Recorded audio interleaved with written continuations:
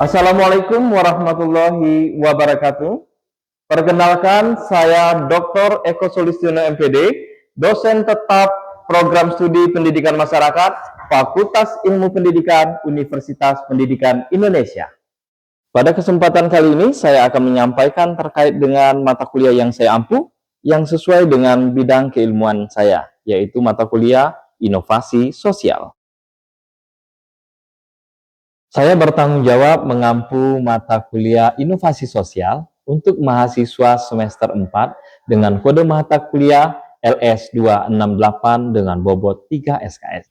Mata kuliah ini diselenggarakan dalam 16 kali pertemuan dengan rincian 14 kali pertemuan untuk materi, 2 kali pertemuan dengan rincian 1 kali pertemuan untuk ujian tengah semester, dan 1 pertemuan untuk ujian akhir semester.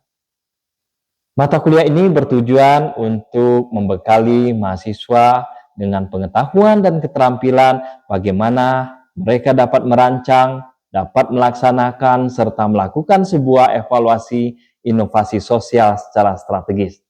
Silabus yang telah ditetapkan seperti rencana pembelajaran semester yang sudah divalidasi oleh koordinator pengembang kurikulum serta pimpinan program studi pendidikan masyarakat.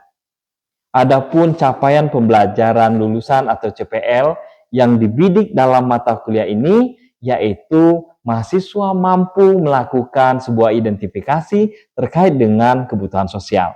Mahasiswa dapat merancang solusi yang lebih baik berbasis masyarakat, serta mahasiswa dapat melakukan komunikasi tentang strategi advokasi sosial, dan mahasiswa mampu menguasai dampak inovasi sosial. Terkait dengan capaian lulusan yang dibidik dalam mata kuliah ini mencakup 4 hal. Di antaranya, mahasiswa mampu melakukan identifikasi kebutuhan sosial. Mahasiswa dapat merancang solusi yang berbasis masyarakat. Mahasiswa dapat mengkomunikasikan berbagai strategi advokasi sosial, serta mahasiswa dapat melakukan evaluasi dampak dari inovasi sosial. Adapun beberapa materi yang akan disampaikan dalam mata kuliah Inovasi Sosial, diantaranya etika dan pengambilan keputusan dalam inovasi sosial, inovasi pendidikan dan transformasi sosial, evolusi sosial dalam pendidikan, serta metode bagaimana cara melakukan identifikasi isu-isu dalam sebuah komunitas. Materi selanjutnya yaitu teknik identifikasi dan analisis masalah. Serta materi yang lain yaitu model inovasi sosial berbasis komunitas, metode evaluasi dampak inovasi sosial, teknik komunikasi untuk advokasi sosial. Dan materi yang lain, bagaimana caranya dapat menyusun proposal inovasi sosial yang jauh lebih menarik. Materi selanjutnya yaitu bagaimana mahasiswa melakukan identifikasi kebutuhan dan tantangan seperti kebutuhan para lansia, serta dapat merancang solusi yang inovatif dan lebih berkelanjutan. Mengimplementasikan program inovasi sosial untuk lansia, evaluasi dan pengukuran dampak program, serta melakukan presentasi proyek yang sudah dilaksanakan.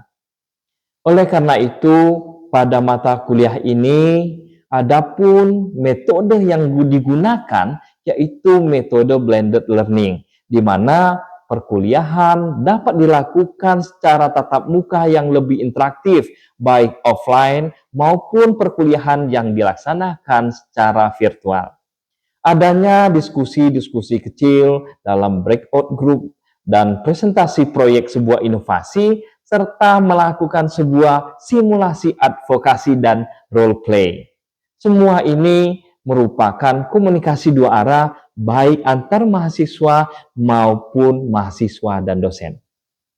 Saya selaku dosen pengampu mata kuliah memberikan sebuah pengarahan, namun mahasiswa juga didorong untuk jauh lebih aktif, jauh lebih mengkritisi, bertanya, dan berbagi berbagai pengalaman di lapangan, serta kita saling bertukar gagasan antar mahasiswa. Pada akhir mata kuliah ini nantinya, mahasiswa juga dibekali untuk dapat merancang sebuah inovasi sosial dan kemudian akan dijadikan sebuah luaran. Di antaranya seperti penulisan buku yang nantinya dapat dihakikan dan juga dapat diterbitkan. Nah, khusus untuk mata kuliah ini, materi yang akan disampaikan juga didukung oleh berbagai media pembelajaran yang lebih interaktif, di antaranya seperti video-video pembelajaran, cuplikan-cuplikan informasi terkait dengan bagaimana persoalan-persoalan sosial yang ada di masyarakat, serta berbagai infografis, serta materi presentasi yang lebih menarik untuk disampaikan baik dalam bentuk PPT ataupun menggunakan platform seperti Canva. Nah, terkait dengan mata kuliah ini nantinya banyak penggunaan media yang memungkinkan mahasiswa nantinya bisa memahami materi jauh lebih kontekstual dan lebih aplikatif, serta mahasiswa dapat mengakses informasi ini kapanpun dan dimanapun mereka mau belajar. Serta untuk evaluasi dari mata kuliah inovasi sosial ini, ada 5 aspek yang nantinya akan dijadikan bahan dalam memberikan skor penilaian yang lebih terarah, yang memang benar sesuai dengan indikator yang sudah ditetapkan, seperti halnya adanya tugas-tugas individu, adanya penugasan kelompok, partisipasi di kelas, ataupun partisipasi pada saat menjalankan proyek inovasi, serta adanya ujian akhir semester dan ujian tengah semester, yang kesemuanya dari 5 aspek itu merupakan hal-hal yang harus diketahui oleh mahasiswa. Serta semua penilaian yang akan dilakukan dalam mata kuliah ini semuanya sudah diselaraskan dengan CPL, serta telah dituangkan dalam RPS. Oleh karena itu, mahasiswa dapat mengakses informasi ini atau RPS ini atau bahan ajar semuanya pada aplikasi Spot yang sudah disiapkan oleh UPI. Sebagai bahan referensi, banyak bahan yang saya gunakan, di antaranya bahan-bahan yang saya tulis sendiri ataupun informasi referensi yang bersumber dari berbagai ahli-ahli terkait dengan inovasi sosial, serta dilengkapi dengan berbagai artikel-artikel jurnal. Oleh karena itu, khusus di mata kuliah ini, pembelajaran mengutamakan sebuah interaksi dua arah dan selalu melakukan kolaborasi antara dosen dan mahasiswa ataupun antar mahasiswa. Mari kita bersama-sama membangun sebuah inovasi sosial yang bukan merupakan sebuah gagasan, tetapi ini adalah aksi nyata. Sampai ketemu di kelas. Tetaplah semangat bagi para mahasiswa dan semoga kalian menjadi agen perubahan masa kini. Sukses untuk kita semua, inovasi sosial. Assalamualaikum warahmatullahi wabarakatuh. Waalaikumsalam warahmatullahi wabarakatuh. Bagaimana kabarnya? Alhamdulillah, luar biasa. Allahu Akbar. Alhamdulillahirabbil alamin, hamdan katsiran bayu api masjidah, ya rabbana lakal hamdu kama yanbaghi li jalali wajhikal karim wa azimi sultani. Asyhadu an la ilaha illallah wa asyhadu anna Muhammad abduhu wa rasuluh la nabiyya ba'da. Alhamdulillah ya, pada pagi hari ini kita masih diberikan kesehatan oleh Allah Subhanahu wa taala, nikmat iman dan Islam sehingga kita bisa bertatap muka dalam kesempatan di pertemuan ke-9 ya. Ini sudah lewat dari setengah semester ya. Ini pertemuan 9 dan beberapa materi ini sebagai bekal bagi saudara nantinya untuk praktik ya di pertemuan ke-11 12 nantinya. Nah, namun untuk supaya jauh lebih berkah ya perkuliahan kita pada pagi hari ini, maka dipersilakan ada satu mahasiswa yang akan memimpin doa supaya benar-benar perkuliahan kita ini ilmunya bermanfaat bagi kita, apa yang kita cita-citakan, apa yang kita inginkan dijawab oleh Allah Subhanahu wa taala. Amin. Silakan satu orang mahasiswa. Saya boleh, Pak? Ya. Bismillahirrahmanirrahim.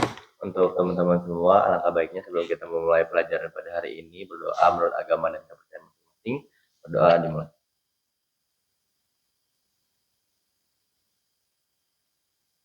Sudah selesai, dikembalikan lagi ke Bapak. Ya. Terima kasih. Hari ini itu mata kuliah lanjutan dari minggu-minggu sebelumnya ya, dengan materi sebelumnya, di mana materi sebelumnya saudara sudah memahami bagaimana cara melakukan sebuah identifikasi terkait dengan persoalan-persoalan yang ada di masyarakat. Serta saudara juga melakukan sebuah identifikasi terkait dengan kebutuhan-kebutuhan masyarakat. Sehingga pada pertemuan kali ini, saudara nanti akan membahas berbagai bentuk komunikasi-komunikasi yang akan digunakan. Nah, terkait dengan persoalan yang ada di masyarakat ya, baik yang ada di lingkungan keluarga, baik yang ada di lingkungan RT, RW, kelurahan, kecamatan, ya, bahkan kabupaten kota dan lain sebagainya. Itu banyak sekali persoalan-persoalan terkait dengan kehidupan sosial. Nah, maka hari ini kita akan membahas terkait dengan teknik komunikasi dan advokasi sosial, di mana target yang akan kita capai khusus untuk pertemuan kali ini, bagaimana sebuah advokasi dapat mempengaruhi opini dan kebijakan serta adanya perubahan perilaku-perilaku bagi masyarakat kehidupan sosial mereka. Nah, hari inilah kita selaku fasilitator ya, fasilitator pendidikan masyarakat, kita akan belajar bagaimana kita menjadi agen perubahan dalam mengadvokasi terkait dengan kehidupan sosial, terutama mengadvokasi dalam beberapa langkah kehidupan di masyarakat. Mengadvokasi bagaimana persoalan-persoalan yang ada dapat teratasi, sehingga kehidupan masyarakat jauh lebih baik dan sempurna. Nah, namun sebelum kita bahas banyak ya terkait dengan apa yang akan kita lakukan sebagai agen perubahan, sebagai fasilitator yang ada di masyarakat. Kira-kira ketika kita berbicara, hari ini kita akan memahami berbagai bentuk komunikasi dan advokasi yang terlintas di pikiran saudara. Kira-kira hari ini kita akan belajar tentang apa? Yang terlintas, ketika temanya kita sudah tentukan. Temanya terkait dengan berbagai teknik kita dalam berkomunikasi dan bagaimana kita melakukan sebuah advokasi terkait dengan kehidupan sosial. Strategi. Ada strategi. Apa lagi? Pendekatan komunikasinya, Pak. Pendekatan komunikasi yang diperlukan. Pemangku kebijakan, Pak. Pemangku kebijakan. Ada lagi? Perubahan Terjadi di publiknya. Perubahan yang terjadi di Publik. Sekarang kita ingin mengetahui apa alasannya hal tersebut akan kita bahas pada hari ini. Silakan.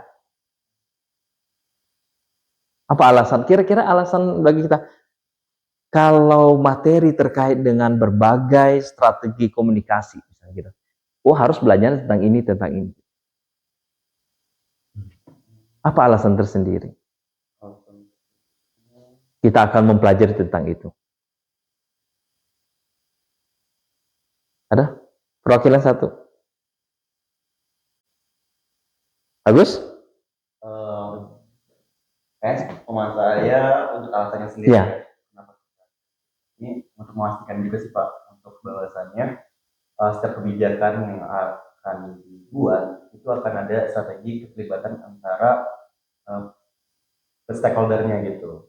Jadi akan berpengaruh kepada teman-teman ataupun kepada perilaku publiknya. Oke, berikan aplausan ke teman. Ini baru pengantar pertama. Pengantar itu sebenarnya jangan khawatir kita ini salah dan lain sebagainya. Tidak. Tidak ada yang salah. Kenapa? Ini dasar awal saja. Belum ke materi, tapi ini kira-kira kita melakukan sebuah asumsi kalau materinya tentang ini apa saja sih yang harus saya dapatkan gitu. Sehingga yang ingin kita dapatkan, yang ingin kita bahas pada pertemuan kali ini yaitu terkait dengan memahami teknik melakukan komunikasi yang lebih efektif dalam advokasi sosial, menjelaskan berbagai strategi pelibatan dari stakeholder. Ternyata apa yang kalian pikirkan tadi benar. Yang tadi terkait dengan tekniknya, terkait dengan bagaimana pelibatan stakeholdernya, bagaimana menganalisis terkait dengan media digital. Saat ini media digital itu sangat diperlukan untuk membantu kita dalam melakukan sebuah advokasi. Sudah dipahami? Yang pertama apa tentang apa? Teknik Komunikasi efektif. Teknik. Yang kedua, strateginya. Yang ketiga, Analisis peran. analisis peran. Tiga ini yang akan kita bahas hari ini. Oke, terkait dengan opini dan lain sebagainya. Perhatikan, bahwasannya sebuah advokasi sosial itu ada upaya yang lebih sistematis, yang lebih terarah, yang nantinya akan mempengaruhi sebuah kebijakan, akan mempengaruhi sebuah opini dari masyarakat, yang nantinya akan mempengaruhi perilaku sosial masyarakat. Itu target goalnya. Jadi mindset kita rubah, bagaimana kita melakukan sebuah advokasi nantinya yang berkaitan dengan kegiatan kita yang dilakukan secara sistematis untuk mempengaruhi kebijakan, opini, dan perilaku. Itu. Jadi target kita itu. Gitu ya. Untuk mencapai hal tersebut ada berbagai teknik. Mungkin saudara tidak asing lagi ya ketika berbicara terkait bagaimana sih teknik yang baik dalam melakukan sebuah advokasi. Mungkin saudara juga sudah mempelajari terkait dengan teknik komunikasi di mata kuliah komunikasi. Ada mata kuliah terkait dengan komunikasi? Pengantar komunikasi? Semester 1. Semester 1? Ya. Ya, saudara berarti sudah dibekali terkait dengan bagaimana berkomunikasi yang baik, bagaimana menjadi komunikator, komunikan, serta pesan-pesan yang disampaikan. Tidak jauh dari itu. Namun ini lebih spesifik ketika kita menerapkan komunikasinya nanti untuk melakukan sebuah advokasi. Di antaranya storytelling yang menggugah. Kira-kira storytelling itu bercerita. Ceritanya yang ingin menggugah hati seseorang supaya seseorang itu berubah perilakunya. Kira-kira contohnya cerita tentang apa yang bisa menggugah hati seseorang? Isu sosial, Pak. Isu sosial. Mungkin bisa diberikan contoh? Untuk isu sosial kan sekarang lagi marak dengan lapangan pekerjaan yang tidak terlalu banyak gitu ya, Pak. Jadi kita sebagai advokat ataupun yang mempelajari terkait dengan advokasi, nantinya storytelling yang kita bawakan itu terkait dengan seberapa susah sih kita sebagai mahasiswa ataupun yang nantinya akan lulus menjadi mahasiswa terus mencari lapangan pekerjaan itu susah gitu, Pak. Jadi mengarahnya lebih ke pemerintah ataupun stakeholder yang memang akhirnya membuka lapangan pekerjaan atau membuka kesempatan lain untuk orang-orang yang sampai sekarang masih tidak mempunyai pekerjaan. Oke, berikan aplausan. Jadi, ini kunci bagi kita. Storytelling. Bagaimana kita pandai bercerita, menghayati cerita, dan memahami siapa yang akan mendengar objeknya. Sehingga yang kita ceritakan, storytellingnya harus berkaitan dengan cerita dia. Harus berkaitan dengan apa yang dia butuhkan. Itu baru storytellingnya berjalan. Kalau storytellingnya bagus, tidak sesuai dengan yang dibutuhkan, itu tidak jadi. Oleh karena itu, storytelling yang bagus disesuaikan kontennya dengan kebutuhan masyarakatnya. Oke, narasi yang positif dan solutif. Kira-kira seperti apa gambarannya? Jadi, kita itu langsung tidak berpikir negatif ya. Ketika kita menyampaikan sesuatu untuk merancang ya, menggugah, kalau pemerintah menggugah pemerintah yang nantinya akan berpengaruh pada kebijakan yang akan mereka tentukan.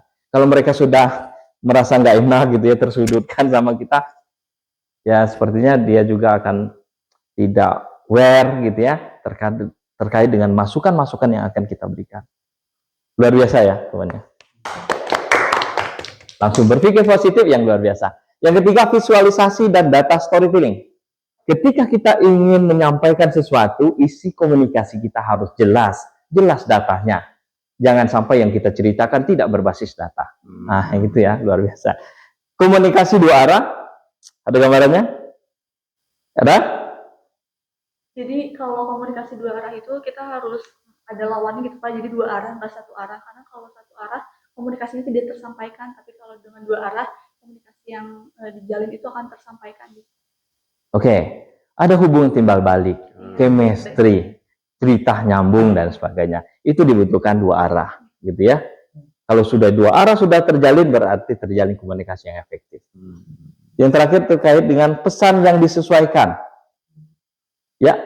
Kalau untuk pesan yang disesuaikan, misal Pak kita menjadi advokat dan kita mewakili rakyat, pada awalnya kita harus menyesuaikan dulu gitu suara kita ataupun penyampaian kita ke masyarakat itu akan berbeda dengan penyampaian kita kepada pemerintah, karena kan mungkin kayak sekarang saya ngomong which is literally itu masyarakat tidak terlalu mengerti, tapi pemerintah itu akan mengerti gitu. Jadi pesan yang disesuaikan lebih ke tutur bahasanya, pemilihan kata-katanya agar bisa disampaikan sesuai dengan orang yang mendengarnya. Berikan pesan. Gitu. Jadi benar pesan dikatakan dalam sebuah komunikasi, pesan yang disampaikan benar-benar kena gitu ya, dengan bahasa yang santun dan lain sebagainya. Inilah yang kita bahas terkait dengan berbagai teknik komunikasi yang bisa dilakukan dalam kegiatan advokasi sosial. Nah, dari cuplikan itu, terkait dengan kehidupan seperti itu, kita harus punya strategi bagaimana keterlibatan pemangku kepentingan. Apakah mereka akan dibiarkan begitu? Kira-kira untuk memberikan pemahaman ke mereka, itu contoh yang lebih baik ya. Dia sudah pandai menggunakan teknologi. Kira-kira kalau yang lain yang belum menggunakan teknologi seperti itu, ya, belum mendapatkan informasi seperti itu, kira-kira siapa yang akan kita ajak untuk melakukan koordinasi, melakukan komunikasi, diskusi, supaya orang-orang tua seperti lansia yang lain juga memiliki kesempatan yang sama seperti yang tadi. Stakeholder siapa yang akan kita hubungi? Kominfo mungkin Pak. Kominfo.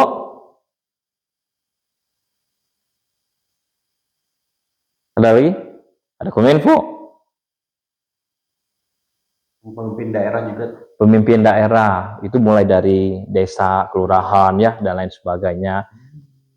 Anaknya, ya. Bagaimana? Bisa melalui diskusi, bisa melalui seminar dan lain sebagainya. Jadi ketika kita lihat perilaku sosial yang akan berubah, maka itu sebuah tantangan dalam melakukan sebuah advokasi. Kalau dilihat dari gambar, persoalan apa yang terjadi? Pengangguran, sampah yang menumpuk, pajak, limbah, pajak, dan lain sebagainya. Ini permasalahan sosial yang harus dihadapi. Ini nyata.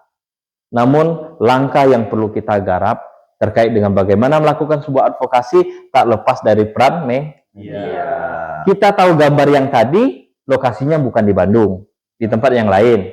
Dari mana kita dapat informasinya? Media. Berarti media punya peran penting dalam menyebarkan hasil advokasi kita. Ketika kita ingin menyampaikan advokasi ke pemerintah, ke masyarakat lebih luas, maka peran media yang akan lebih berperan. Misalnya terkait dengan ada beberapa fitur untuk penyampaian informasi, kampanye, penyebaran cepat melalui kampanye-kampanye sosial yang saudara bisa lihat di TikTok, di mana lagi?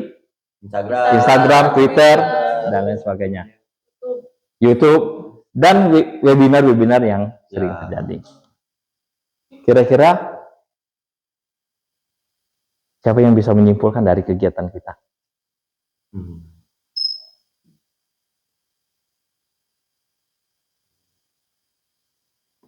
Atau ada pertanyaan sebelum kita simpulkan? Mau menyimpulkan ini Pak? Yang bertanya, Bertanya. silakan, ada satu pertanyaan tentang ini. Silakan. Saya ingin bertanya Pak, untuk terkait dengan advokasi yang akan dilaksanakan ataupun advokasi sosial itu, apakah seluruh orang bisa melakukannya atau memang ada beberapa peran penting ataupun posisi strategis gitu Pak yang bisa melakukan? Karena misal contoh saya sebagai rakyat biasa itu bisa tidak melakukan advokasi atau memang ada beberapa persyaratan yang perlu. Ya, oke. Salah satu persyaratan menjadi advokat. Advokat bukan advokat hukum, ya, yang dimaksud. Itu beda lagi. Ketika kita menjadi advokat dalam kategori bukan advokat hukum, kita melakukan advokasi terkait dengan kehidupan sosial. Sarannya adalah satu, orangnya tahu bagaimana bisa memfasilitasi dari advokasi. Harus tahu dulu ilmunya. Di antaranya misalnya memahami bagaimana menjadi seorang fasilitator dan lain sebagainya. Jadi ilmu-ilmu seperti yang disampaikan dari pertemuan kedua, melakukan identifikasi kebutuhan, sampai saudara memahami bagaimana teknik melakukan komunikasi, bagaimana kita berkoordinasi dengan para pemangku kepentingan dari beberapa langkah ini. Jika saudara menginformasikan hal ini kepada orang lain dan orang lain mengetahui hal ini, dia sudah punya bekal untuk menyampaikan informasi dalam advokasi sosial. Gitu. Makanya mata kuliah kita dibekali dari minggu ke minggu langkah-langkah yang sistematis untuk menyiapkan saudara sebagai fasilitator dalam advokasi sosial. Oke, yang menyimpulkan satu. Agus? Baik Pak. Ya. Kalau dari apa yang saya tadi dengar ya Pak ya, dan baca pelajari advokasi sosial ini memang perlu sekali gitu ya Pak ya. Komunikasi yang efektif, strategi gitu, bagaimana stakeholder ini bisa terlibat dalam melihat kondisi sosial hingga nanti jadinya produk hukum yang akan diterapkan gitu. Tentu tidak lupa juga dengan peran media digital yang pasti itu lebih inklusif, lebih bisa menjangkau ke rakyat manapun gitu, enggak hanya sebagian rakyat aja yang menerima. Oke, terima kasih berikan kampusan. Baiklah, ini informasi di pertemuan kita kali ini. Mudah-mudahan saudara bisa menjadi seorang fasilitator yang lebih baik, menjadi agen perubahan untuk melakukan sebuah advokasi, mewujudkan kehidupan sosial yang jauh lebih baik. Mudah-mudahan dari hasil advokasi nantinya yang saudara bisa lakukan akan mempengaruhi terkait dengan kebijakan-kebijakan, opini masyarakat, dan perilaku sosial yang ada. Terima kasih, dan minggu depan kita akan mempelajari bagaimana menyusun proposal ketika saudara ingin melakukan analisis kebutuhan terkait dengan kebutuhan sosial yang ada di masyarakat. Minggu depan kita akan menggali tentang itu, dan sampai jumpa di pertemuan minggu depan. Jangan lupa baca buku ya, Difusi Inovasi. Di sana ada informasi bagaimana langkah-langkah penyusunan untuk strategi. Terima kasih atas kebersamaannya yang luar biasa ya, dari awal sampai akhir. Mudah-mudahan kegiatan kita ini berkah. Amin. Dan kita bisa berjumpa di lain kesempatan. Amin. Akhir kata, banyak kurang dari saya, kelebihan dari Yang Maha Kuasa. Assalamualaikum warahmatullahi wabarakatuh. Waalaikumsalam warahmatullahi wabarakatuh.